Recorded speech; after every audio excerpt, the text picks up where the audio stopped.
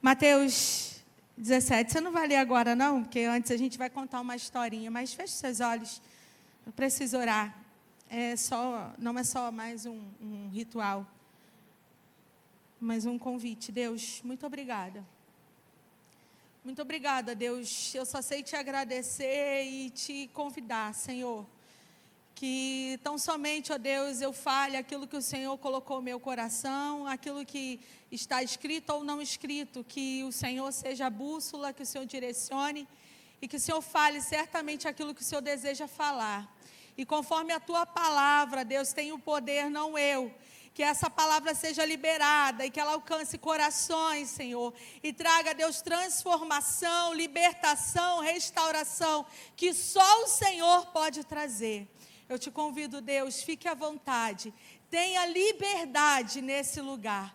E que a tua igreja esteja com os ouvidos, ó Pai, atentos. E o coração aberto para receber e entender a tua voz nessa noite. Em nome de Jesus. Amém. Bom, vou tentar traduzir aquilo que Deus colocou no meu coração. Mas eu quero começar contando uma historinha que não está na Bíblia. Você já ouviu falar em 3 personagens chamados Cícero, Heitor e Prático? Quem são esses?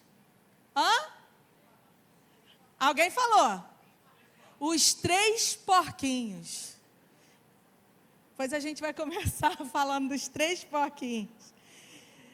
Pois bem, eu ia falar a palavra de Deus, é o costume, mas não. É a palavra do poeta mesmo lá, do escritor. Que história antiga, né? Mas eu queria só trazer ela, porque eu sei que você vai se lembrar depois, né? Apenas como um elemento, né, a mais daquilo que a gente vai falar nessa noite. A história conta que esses 3 porquinhos, né? A mãe os dispensou para viver suas vidas e eles foram construir cada um a sua casa, né? Tipo os casais, né? Deixará o seu pai e a sua mãe, vai, e eles foram. E a história conta que os 3 foram lá para construir. E o primeiro, Cícero, ele foi lá e construiu a sua casa de palha. Porque ele pensou assim, eu preciso de um lar, de uma cobertura, e está tudo bem e vai ser mais rápido. Pois ele foi lá rapidinho, construiu e foi brincar. O segundo, Heitor, foi lá e resolveu construir. Vou construir o meu de madeira, também é fácil, gasta pouco e vai ser mais rápido. Ele construiu. E o terceiro, o Prático, ele resolveu construir e fazer uma estrutura completa de uma casa, né? A história conta que ele foi lá, construiu de alvenaria, de tijolos, e como toda construção, eu imagino que ele tenha feito a base, tenha feito tudo como necessário. A história também conta que ele observava os seus irmãos brincando e se aproveitando, enquanto ele ainda não tinha terminado, ou seja, parecia que ele estava em desvantagem na situação. Mas logo, você sabe, veio o tão temido lobo. E aí, diz a história que o lobo veio, bateu na porta do Cícero, ele não atendeu, pois o lobo fez o quê? Soprou bem forte, e foi o suficiente para a casa dele desmoronar. O lobo, ele correu para a casa do irmão e o lobo foi atrás na outra casa. Bateu na porta, não atendeu, pois ele soprou uma, soprou 2 e a casa de madeira aconteceu o quê? Desmoronou. E os outros 2 saíram correndo para pedir socorro na casa do terceiro. O lobo, achando que ia acontecer a mesma coisa, diz a história que ele soprou e nada aconteceu. Ele tentou subir pela chaminé, olha que legal, isso mostra que a casa era completinha, né? Ele fez a casa com detalhes, ele pensou, ele planejou para fazer como tinha que ser feito. E aí, com o fogo da chaminé, o lobo caiu e se queimou e ele nunca mais quis aparecer, incomodar aquela família e eles viveram felizes para sempre, como toda historinha. Mas o que eu quero falar aqui com você sobre a historinha dos 3 porquinhos? Qual era o propósito deles? Eu entendo que era viver, né, construir uma casa para viver, construir uma vida e se proteger. Eu acredito que eles já sabiam do perigo do lobo, né? O que tinha de diferente nessas 3 casas? Uma casa com estrutura, fundamentos, detalhes necessários para uma casa. A primeira, ele fez às pressas, ele não planejou, mas ele queria apenas dizer que tinha uma casa. E de qualquer jeito ele fez, mas não pensou no depois. E aí o que aconteceu? Não havia estrutura e essa casa veio ao chão. A segunda, a mesma coisa. Mas essa terceira casa, ela tinha um diferencial. Ela tinha o quê? Estrutura, fundamento. Ela tinha os detalhes necessários para se ter uma casa de verdade. E qual foi o diferencial entre eles ali?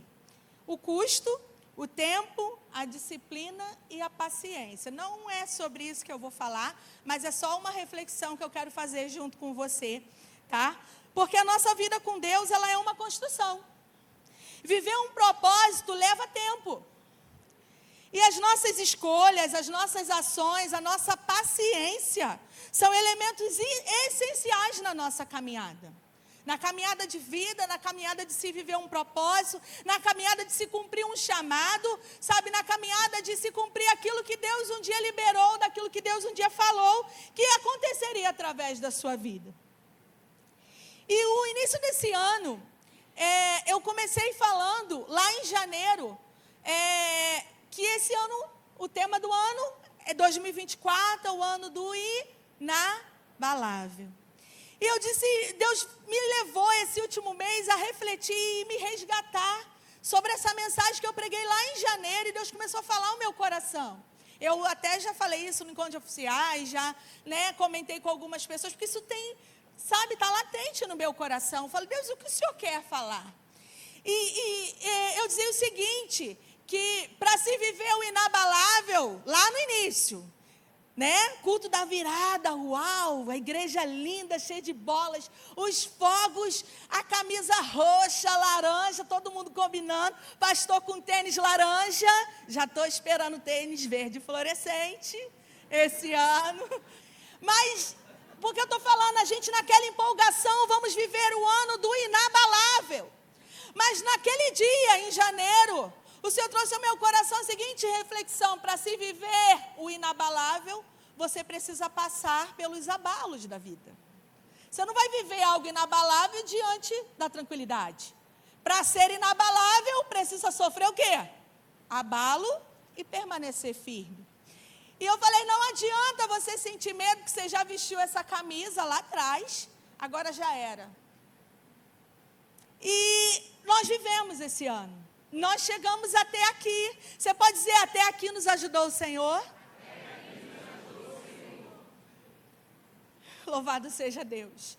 Eu não sei você, mas eu posso refletir num ano e quantos abalos nós passamos, quantos momentos de dificuldade, sabe, quantas coisas aconteceram, quantos sopros do lobo mau, sabe, que tentaram soprar e abalar as suas estruturas.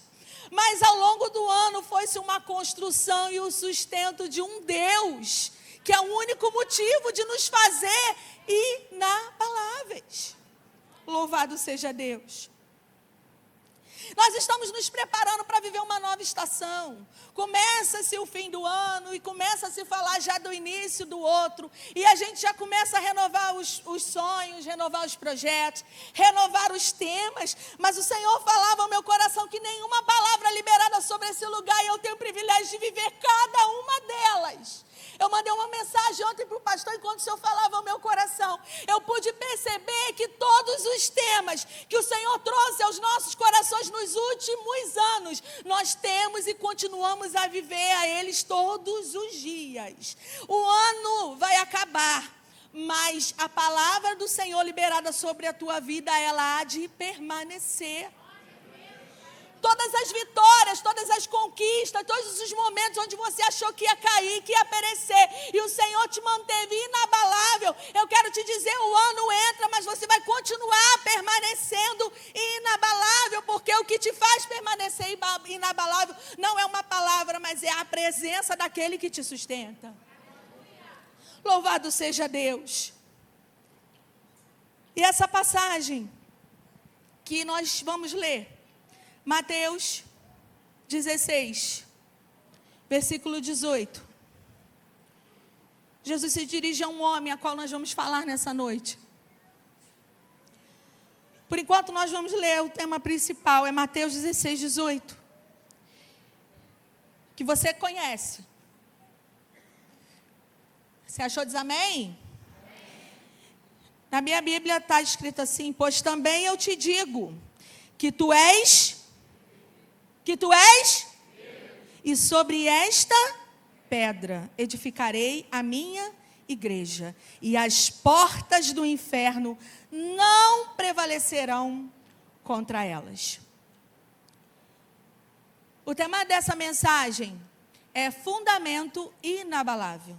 Por que falar inabalável? Porque o ano termina, vai se chegando ao final, mas o Senhor renova a sua palavra e diz o seguinte: não foi sobre tudo que você viveu, não foi sobre tudo que você passou, mas é sobre o fundamento aonde está a tua vida, o teu coração, o teu propósito, o teu posicionamento. É isso que vai te fazer permanecer inabalável.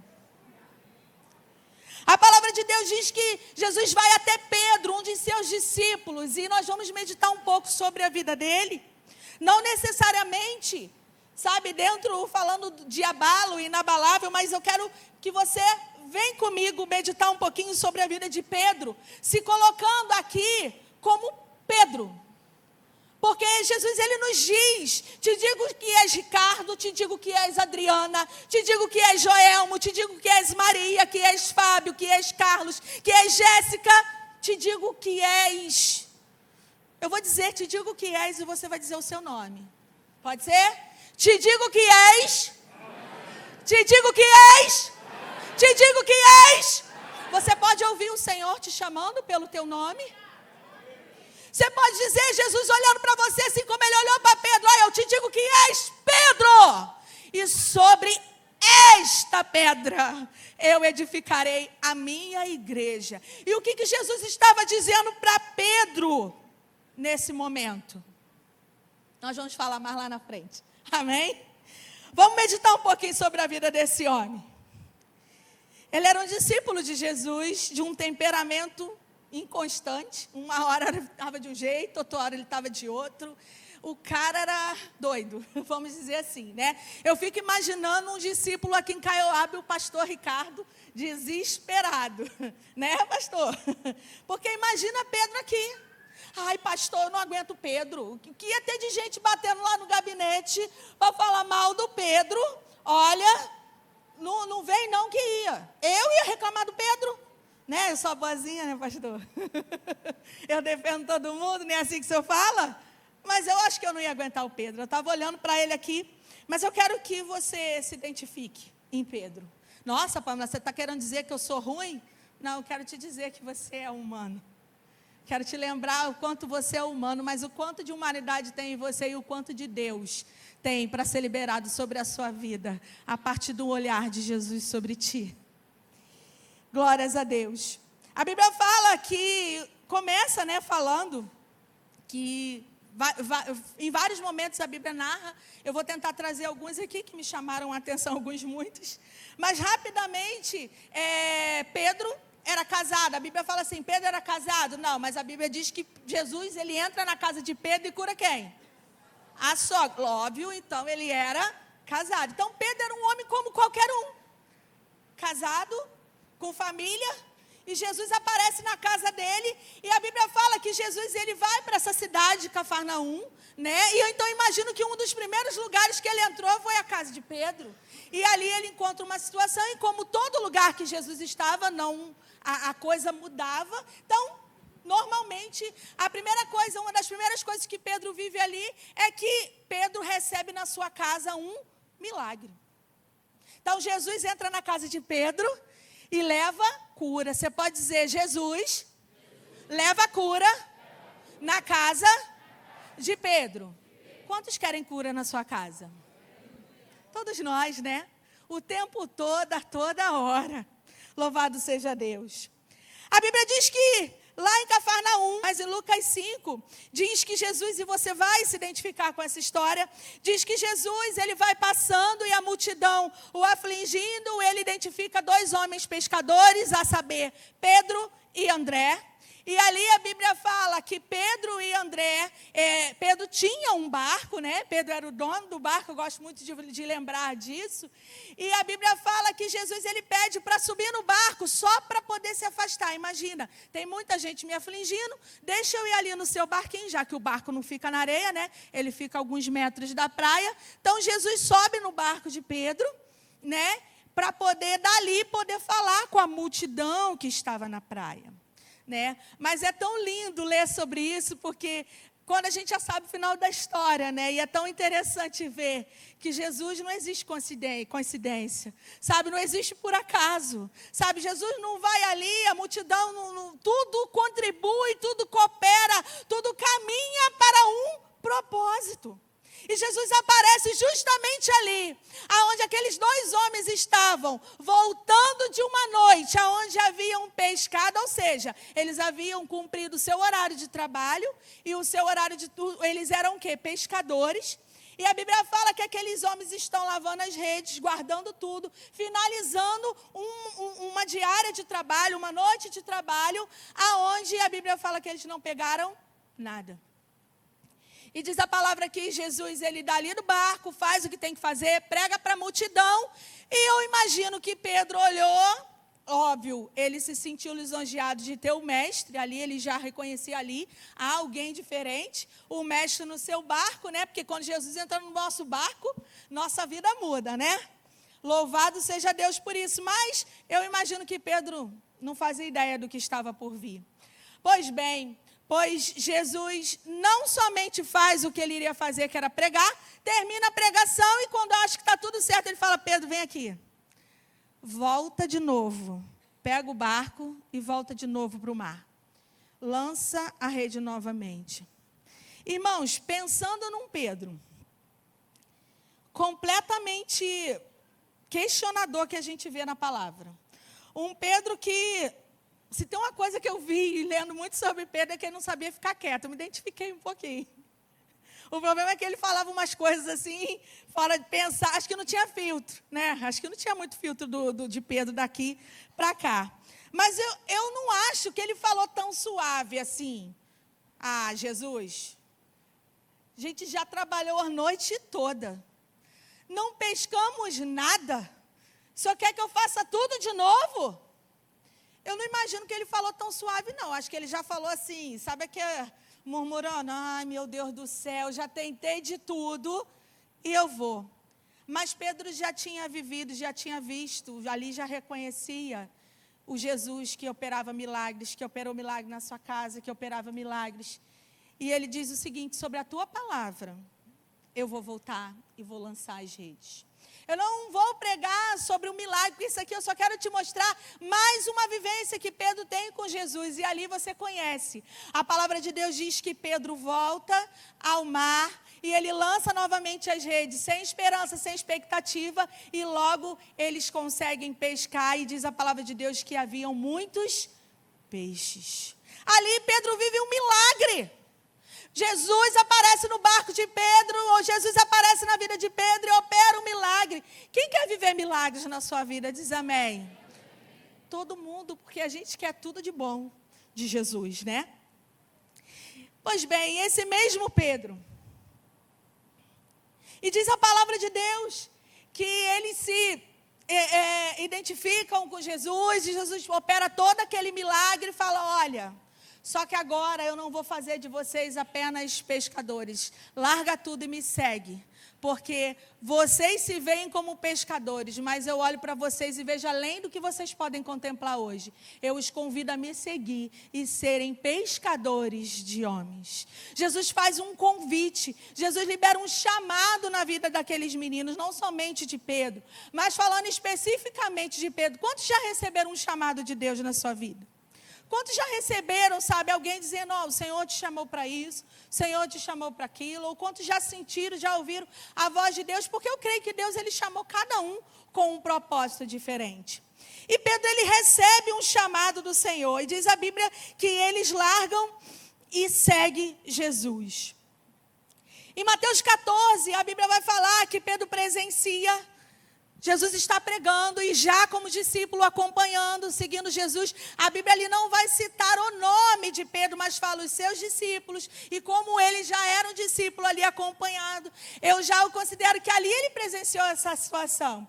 Diz a palavra de Deus que a multidão já vai ficando tarde, Jesus pregando, e os discípulos sentem preocupação. Porque está ficando tarde e aquela multidão não tem do que comer. E mais uma vez Jesus vem e faz o quê? Opera um milagre. E ali Pedro é alguém privilegiado, porque ele consegue presenciar, sabe, mais uma vez, 5 pães e 2 peixinhos alimentar, diz a Bíblia, 5.000 homens, sem contar mulheres e crianças, e ainda sobrar 12 cestos. Então Pedro, mais uma vez, ele vivencia milagres. Mais uma vez, Pedro tem a oportunidade de conhecer um pouco mais de Jesus, mas, na verdade, sobre aquilo que Jesus estava fazendo, ele estava sendo testemunho, ele estava caminhando com Jesus, ele estava vendo esses milagres. Então, imagina o quão empolgante deveria ser, vendo tudo dar certo, esse Jesus agora, com ele, está tudo certo. Louvado seja Deus. E diz a palavra de Deus que em certo momento Jesus, aí já é uma outra passagem, que em certo momento Jesus ele se retira para orar e ele fala para os seus discípulos subirem ao mar e ir para o outro lado, que ele nesse momento ia se retirar ao monte para orar. Então Jesus, com toda a calma do mundo, vai fazer o que diz respeito a ele, quer buscar a direção do Pai. E enquanto isso os discípulos vão. Só que passa a hora e diz a palavra que os ventos aumentam, sabe? E o mar começa a ficar agitado. E os discípulos dentro daquele barco, abandonado, né? Jesus não aparece e começa o mar a ficar revolto. E ali vem uma tempestade, os discípulos entram em desespero. Meus irmãos, aqueles que andavam com Jesus, aqueles que decidiram seguir Jesus, aqueles que foram chamados por Jesus, naquele momento eles se veem numa situação de desespero. Meu irmão, aceitar Jesus, receber um chamado de Jesus, presenciar milagres de Jesus não significa que tudo vai correr bem o tempo todo. E aqueles mesmos homens que vivenciaram tudo isso, a Bíblia diz que eles sentem medo, que eles se amedrontam, sabe, para poder, não sabendo o que fazer. Mas aquele que tem todo o poder, diz a Bíblia que ele veio, imagina Jesus, calminho, vindo andando sobre as águas, ao encontro daquele barco de pessoas desesperadas. E aí eu não vou desmerecer, porque eu estaria desesperada também, não sei vocês, né? E diz a palavra que Jesus chega perto, e quando chega perto, os discípulos acham que é um fantasma, né? Mas uma pessoa, o corajoso, ele resolve ter atitude. Irmãos, é interessante perceber que Pedro é uma pessoa de atitude. Pedro é aquele que quer falar primeiro, Pedro é aquele que toma atitude primeiro. Eu dou aula e eu fico imaginando Pedro na sala de aula, era aquele que sabia tudo, era aquele que queria levantar a mão primeiro, era aquele que falava, Jesus, Jesus, eu sei, Jesus, Jesus, eu, me escolhe, me chama, eu vou passar devendo quadro, eu vou pagar o quadro, eu vou fazer um favor para você. Às vezes esse é até o olhado torto, né? Que vai ele querer se aparecer, mas Pedro era esse. Ele sempre tinha atitude. E Pedro tem a atitude de falar, se é você mesmo, permita que eu vá até contigo aí no mar. E diz a palavra de Deus que Jesus diz para ele, vem! Em momento nenhum a palavra relata que Pedro duvidou. A Bíblia fala que Pedro salta do barco. Então eu quero que você pense aqui, nesse momento, sobre a coragem que havia em Pedro. Sobre a fé, sobre a esperança, sobre a expectativa. Havia algo dentro do coração de Pedro que ele não pensou 2 vezes. Ele foi. E diz a palavra de Deus que ele vai, mas logo depois o vento aumenta, ele começa a duvidar e ele começa a afundar. Jesus fala, homem de pouca fé. Vem cá, vamos voltar para o barco. E diz que quando eles voltam, a tempestade se acalma. Por que eu estou falando tudo isso, meus irmãos? Porque os discípulos têm muitas experiências com Jesus. Os discípulos passam muitas coisas com Jesus. Pedro é aquele que tem coragem entre tantos outros para poder ir até Jesus, para poder sair do barco, para poder ir ter com ele,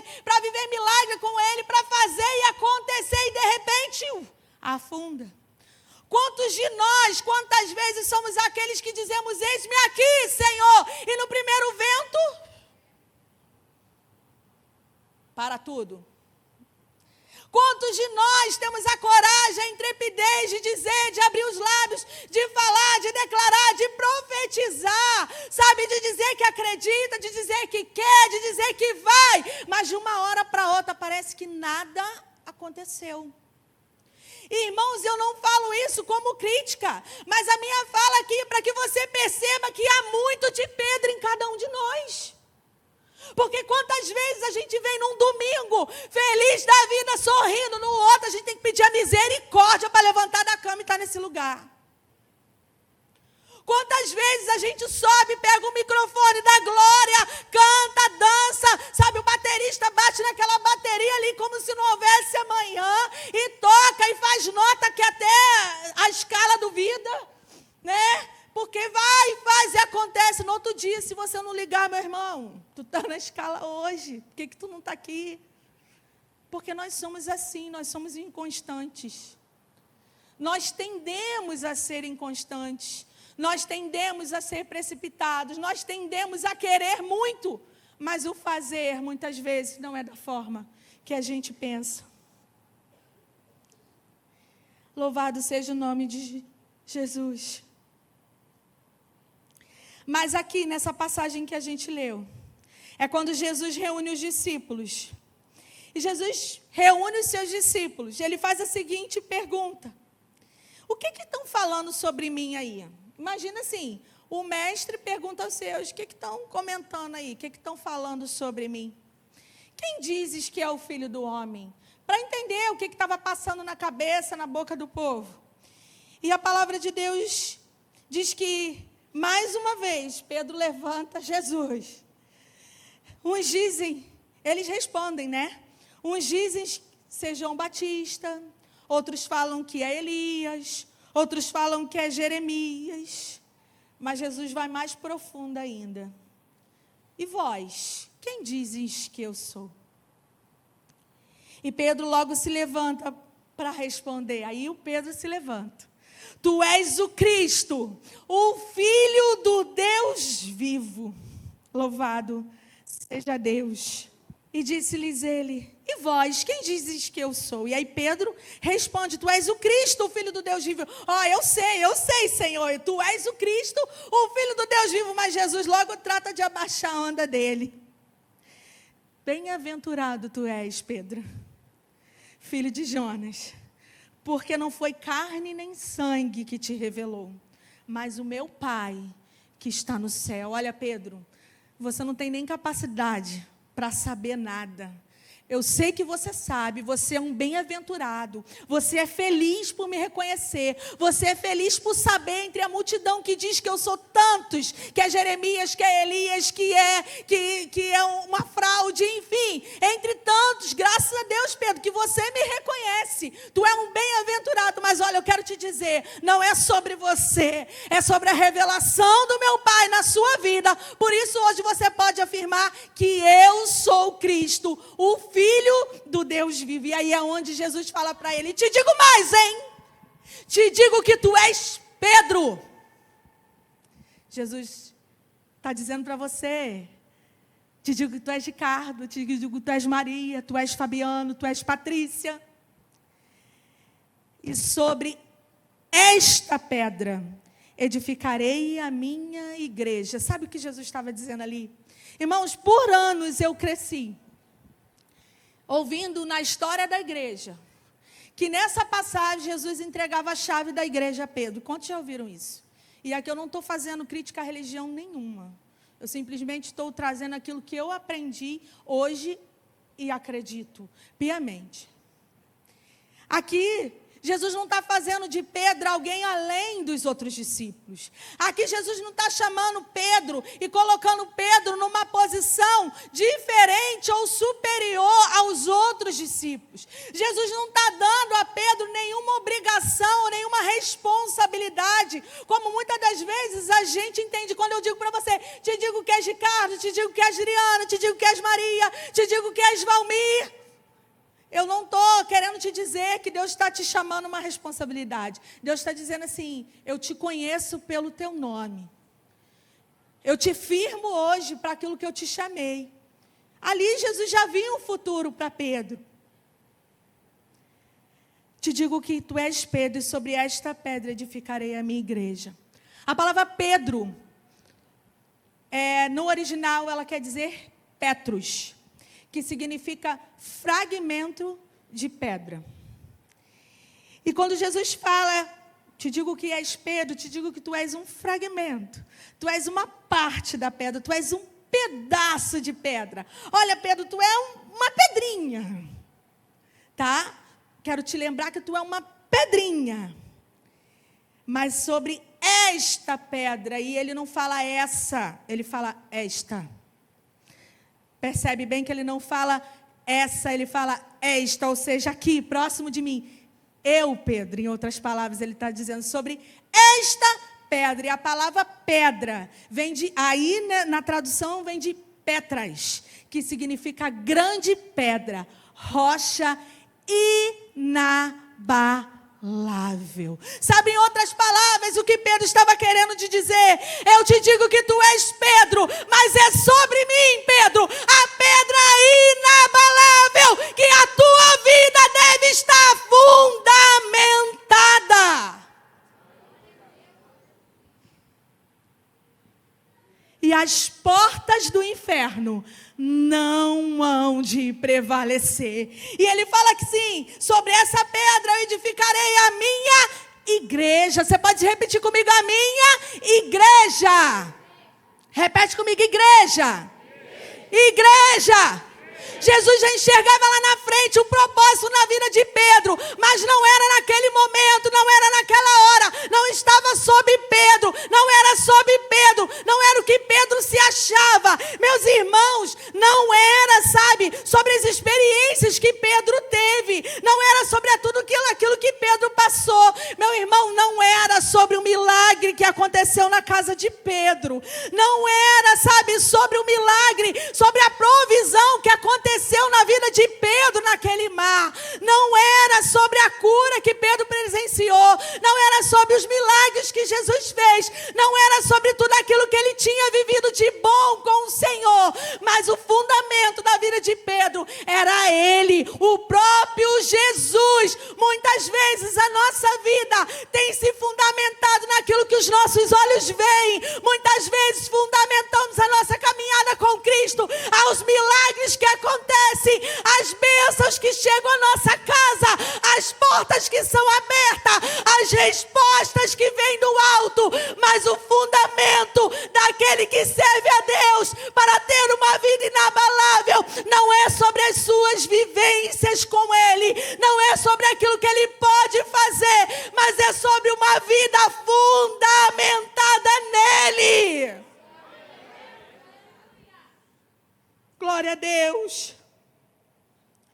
Desde o princípio até a eternidade, Jesus, ele mantém a igreja inabalável, porque o fundamento da igreja é Jesus.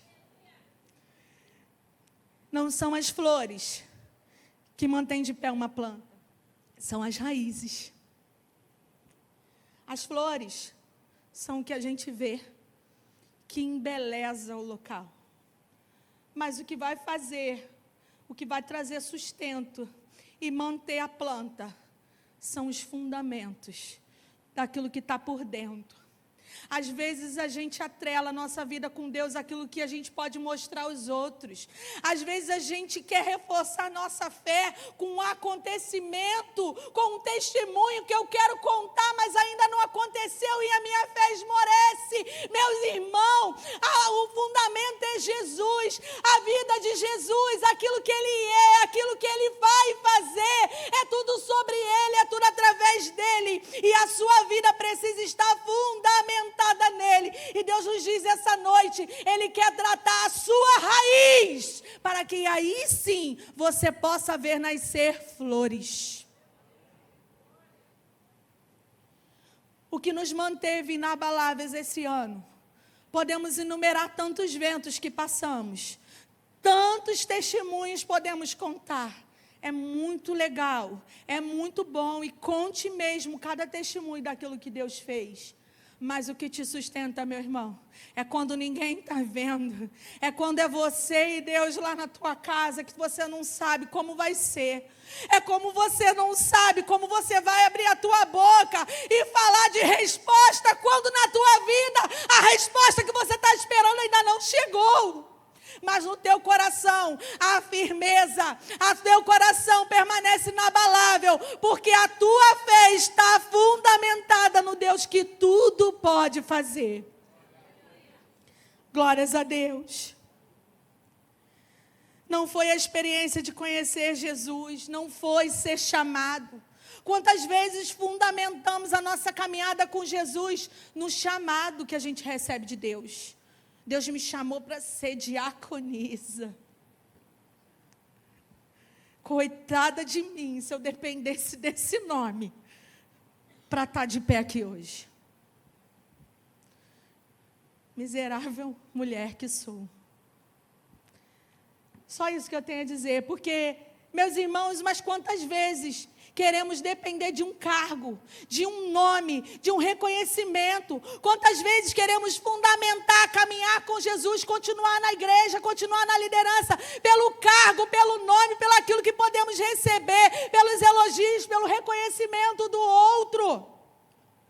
Mas não foi isso que manteve Pedro de pé. Não foi isso que escreveu a história de Pedro. Pedro viveu tudo isso.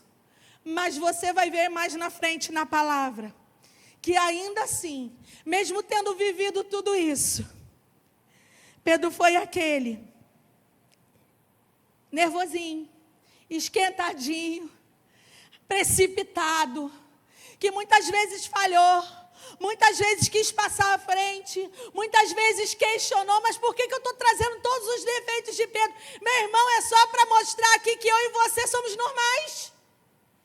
E não é sobre o tanto do que vivemos com Deus. Sim, o que vivemos com Deus nos impulsiona a ir mais. Mas é sobre aquilo que Deus tem para fazer. Quando Ele te chama, eu te digo que és Pedro, te digo que és Maria, te digo que és João, te digo que és Thales, te digo que és Patrícia. É sobre aquilo que Deus olha lá na frente e quer fazer da sua vida. Porque quando Ele chega diante daquela praia, com aqueles homens cabisbaixos, Ele sabia que ali havia 2 pescadores, mas Jesus já não olhava mais como pescadores de peixe, Jesus já olhava que ali havia pescadores de homens. Mas eles não se tornaram pescadores de homens de um dia para o outro. Glória a Deus. Esse mesmo Pedro, glória a Deus, quando Jesus... Depois dessa passagem, a Bíblia fala que Jesus começa a revelar aos seus discípulos que muito mais de tudo aquilo que eles estavam vivendo, havia um plano a se cumprir. E que Jesus estava ali para cumprir esse plano. E que ele seria não um plano tão feliz ou tão bonito como muitos imaginavam. Que ele haveria de ser entregue, que ele haveria de ser morto. Diz a palavra de Deus que Pedro, o que se achava, ele se levanta, não, Senhor. Não. O Senhor não, o Senhor... Jesus afirmando e Pedro contrariando, né? Imagina. Não, o Senhor não vai, não. E quando Jesus fala para ele, vai de ré, Satanás. Você não vai atrapalhar. Percebe que o mesmo Pedro lá atrás, que está vivendo milagre, é o mesmo Pedro que está falando que não deve para Jesus. Mas ainda assim, Pedro continuava caminhando com Jesus. Ainda assim, Jesus não desistia de Pedro, porque ali ele via, ele enxergava muito mais. Quando Jesus se propõe a lavar os pés dos seus discípulos, num ato, sabe, de humildade, num ato, sabe, de um Senhor, diante dos discípulos, se propõe a lavar os pés. A Bíblia fala que Pedro, não, os meus pés o Senhor não vai lavar, não. Porque Pedro era sempre o engraçadinho que queria fazer diferente. Ou achar... Ou eu não sei se ele queria mostrar assim, não vou deixar. Eu não vou aceitar isso do meu Deus, do meu Senhor. Mas além de tudo aquilo que Pedro achava, que Pedro falava sem pensar, ali havia um propósito a se cumprir.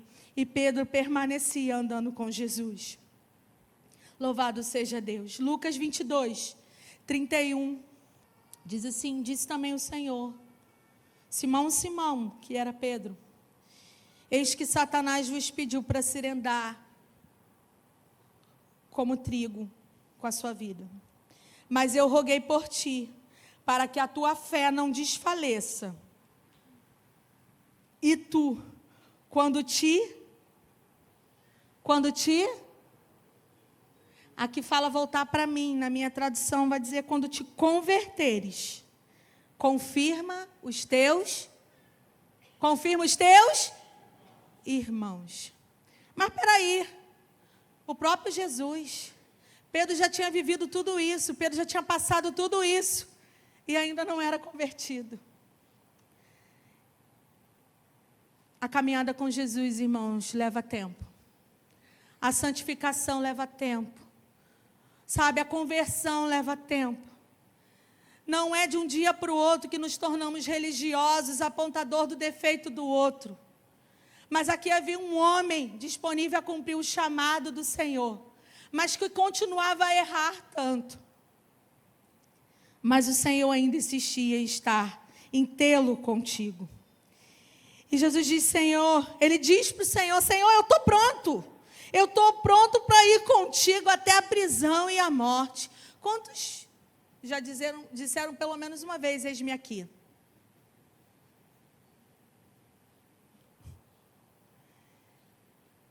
E quantas vezes você negou esse eis-me aqui?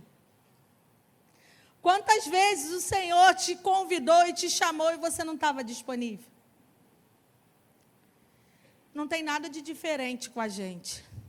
Nós somos muito bons em dizer, eis-me aqui, Senhor, eu quero, eu vou. Mas a verdade é que muita coisa precisa ser tratada no nosso coração. Muita coisa precisa ser transformada no nosso coração. Não é sobre o que não é tão fácil quanto parece. Mas há um propósito. O que eu estou querendo dizer aqui, meus irmãos, é que o propósito leva tempo. Não sei em que estágio está a tua vida, mas eu sei que o Senhor permanece firme com a palavra que um dia foi liberada sobre você. No caso, Pedro, ele estava lá jurando de pé junto que ele não ia abandonar o Senhor. Mas Jesus disse, Pedro, que não, te digo ainda, que não cantará hoje o galo antes que 3 vezes você negues que me conhece.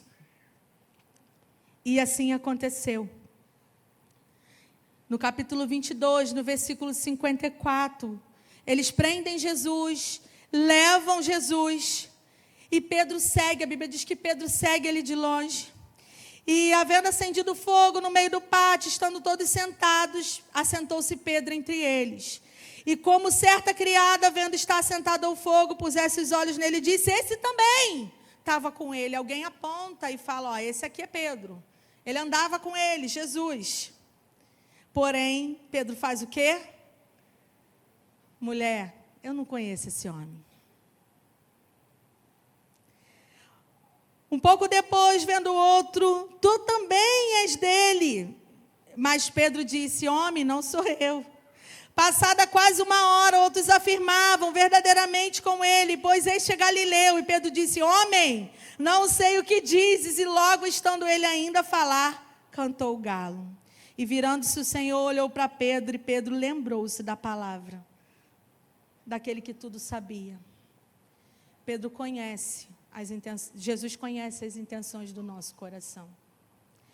Por isso que não é sobre o muito falar, não é sobre o muito afirmar, mas é sobre a postura daquele que entende o que é permanecer com Jesus, o que é escolher por Jesus, o que precisa abrir mão por Jesus. Mas ali Pedro, ainda assim, Jesus não desiste dele, nem ele de Jesus. Por que eu estou colocando tudo isso? Mais na frente você vai ver que Jesus é entregue, prestes a se cumprir. Minto, antes. A Bíblia fala que Jesus ele está prestes a se entregar e ele se retira ao Getsemane para orar. E a Bíblia fala que Jesus escolhe somente alguns, dentre eles quem estava? Pedro. E mais uma vez Pedro acompanha Jesus. E mais uma vez ele é escolhido entre os outros, como alguém mais chegado. Jesus leva Pedro, mas diz a palavra que Jesus se retira para orar. E quando ele volta, cadê Pedro? Está dormindo. O que eu estou colocando aqui, meus irmãos? É que a nossa humanidade ela é falha. Há um chamado de Jesus para a nossa vida. Há uma convocação dos céus para a nossa vida. Sabe, mas talvez você olhe para todo esse ano, quando a gente falou de ser inabalável. Quantos no meio do caminho pararam? Quantos sofreram abalo e não suportaram? Quantos chegaram até aqui dizendo: eu desisti, eu parei, eu não sou ninguém, eu não mereço. Mas Jesus nos convida a se reerguer hoje sobre a palavra dele, fundamentado nele, esperando nele, através dele, por ele, para ele. Porque quantas vezes buscamos por motivos tão supérfluos? Eu quero ler com você João, já estou terminando, 21. A palavra de Deus se cumpre. Jesus morre.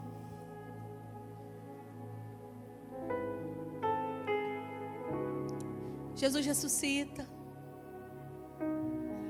E esse Pedro? Acabou tudo? No capítulo 21 do Evangelho de João, Jesus resolve aparecer aos seus discípulos. Depois disso, manifestou-se Jesus outra vez aos discípulos junto ao mar de Tiberíades. Estavam juntos Simão Pedro, Tomé, chamado Dídimo, Natanael, que era de Caná da Galileia, os filhos de Zebedeu, e outros 2 de seus discípulos. E aí eu imagino Pedro pensando assim: acabou tudo, já era. Eu segui Jesus, mas ele morreu e nada aconteceu. No versículo 3 diz Pedro. O que Pedro fala aí? Vou o quê? Lembra que ele abandonou a pesca para seguir Jesus? Quantos de nós caminhamos, andamos, vivemos milagres, mas porque as coisas não aconteceram do jeito que a gente esperava, tenta recomeçar, voltando de onde Deus nos tirou.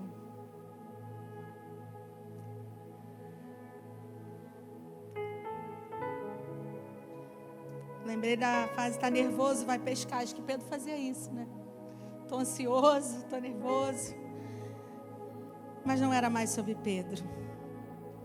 Disseram-lhes eles também: nós vamos contigo. Subiram para o barco, naquela noite nada apanharam. Mais uma vez, a história se repete.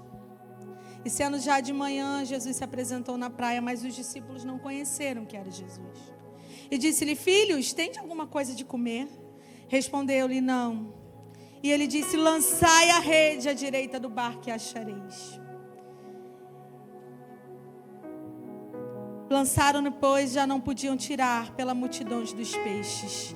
Então, olha que lindo, aquele discípulo a quem Jesus amava disse a Pedro: é o Senhor. E quando Simão Pedro ouviu que era o Senhor, cingiu-se com a sua túnica e se lançou ao mar. E os outros discípulos foram com o barco. Logo que saltaram em terra, viram ali brasas e um peixe posto em cima. E disse Jesus: trazei os peixes que apanhaste. Simão Pedro subiu, puxou a rede para a terra, cheia de 153 grandes peixes, sendo tantos que rompeu a rede. Jesus mais uma vez opera milagre na vida dos seus. E disse-lhe Jesus: vinde, jantai. Nenhum dos discípulos ousava perguntar de novo: quem és tu? Porque já sabiam ali que era o Senhor. O Jesus ressuscitado se revela aos seus discípulos. Chegou, pois, Jesus e tomou o pão e deu-lhe semelhantemente o peixe. Já era a terceira vez que Jesus manifestava aos seus discípulos depois de ter ressuscitado aos mortos. Depois de terem jantado, Jesus fala para Pedro: Simão, filho de Jonas, me amas mais do que esses? Eu vou pedir para se colocar de pé.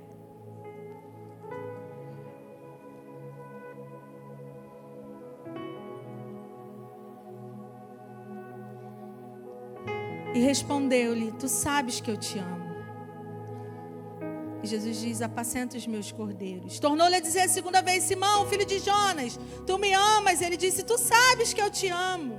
Apacenta as minhas ovelhas. E na terceira vez: Simão, filho de Jonas, tu me amas? E Simão entristeceu-se por ter dito a terceira vez: ama-me. Disse-lhe o Senhor: tu sabes tudo. Tu sabes que eu te amo, Jesus. É interessante que nessa passagem eu descobri que Jesus, quando ele pergunta a Pedro, ele pergunta: tu me amas? E esse amor, na tradução original, ele se refere ao amor genuíno, ao amor ágape. Mas quando Pedro responde para Jesus: eu te amo. Ele não responde: eu te amo com amor genuíno. Ele responde Filéus, que é o amor de amigo, amor daquele que tem afeição. E Jesus pergunta de novo: Pedro, tu me amas? Ou seja, Pedro, há amor genuíno no teu coração por mim? E Pedro responde: eu te amo, Jesus, eu te amo do meu jeito, da minha forma. Mas na terceira vez Jesus pergunta, porque Pedro estava sendo sincero. E Pedro pergunta na mesma linguagem de amor. Jesus pergunta na mesma linguagem: Pedro, tu me amas? Com esse amor aí que você consegue, o único que você é capaz de amar. E Pedro, com sinceridade, ainda chateado, mas ele fala: eu te amo, Jesus. Irmãos, eu aprendo que em tudo a gente depende do Senhor. Aquele Pedro que viveu milagres, aquele Pedro que viveu histórias lindas, aquele Pedro que andou com Jesus, aquele Pedro que testemunhou milagres de Jesus, aquele Pedro que viveu tantos e tantos momentos, não era mais o mesmo Pedro. Ali sim, aqui sim nasce o novo Pedro, pronto para viver tudo aquilo que Jesus tinha. Quantas vezes nós achamos que é o tempo? Quantas vezes nós achamos que é a hora? Quantas vezes desistimos no meio do caminho porque não aconteceu da forma que a gente esperava? Ou porque esperamos aquilo que não é de Deus para a nossa vida? Ou porque queremos ver flores sem tratar as raízes? Ou porque muitas vezes queremos continuar, queremos construir aquilo que é mais rápido? Mas aquilo que é mais rápido, o Senhor está te dizendo: eu não permito, porque qualquer vento que vier, você vai cair, você vai ser derrubado, quando na verdade Deus está te dizendo: olha, filho, eu tenho uma vida, eu tenho um propósito, mas tudo aquilo que você viveu até aqui, tudo aquilo que eu tenho permitido que você viva, é uma construção daquilo que eu tenho para fazer na tua vida.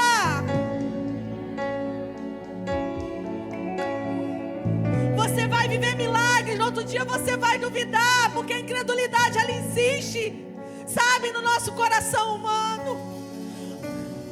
Um dia você vai orar com muito afinco, no outro talvez você não tenha nem forças para clamar o Senhor. Mas sabe, queridos, eu quero te dizer, nós precisamos reconhecer que muitas vezes buscamos forças em nós, muitas vezes buscamos fundamento em pessoas, muitas vezes esperamos em pessoas, muitas vezes queremos continuar com o apoio de pessoas, mas o Senhor nos convida a continuar a nossa caminhada fundamentado nele, através dele, por ele, para ele.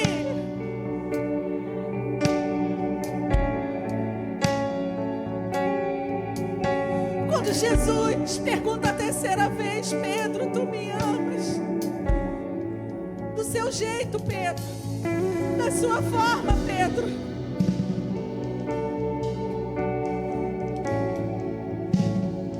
Responde com sinceridade daquela mesma forma. É porque Jesus sabia que Pedro era incapaz amar com esse amor genuíno. Mas a partir da sinceridade de Pedro, a partir, sabe, do desejo de Pedro, sabe, de agradar o coração do mestre, a partir do desejo de Pedro, sabe, de não desistir, de continuar, de cumprir, ainda que Jesus já tenha subido ao céu, já tenha ressuscitado, Jesus se revela a Pedro, porque ali havia algo da parte de Deus para ser feito através de Pedro. Há muito de Deus para ser feito através da tua vida. Ainda há muito de Deus para ser feito através da sua vida. Ainda há muito de Deus através de você.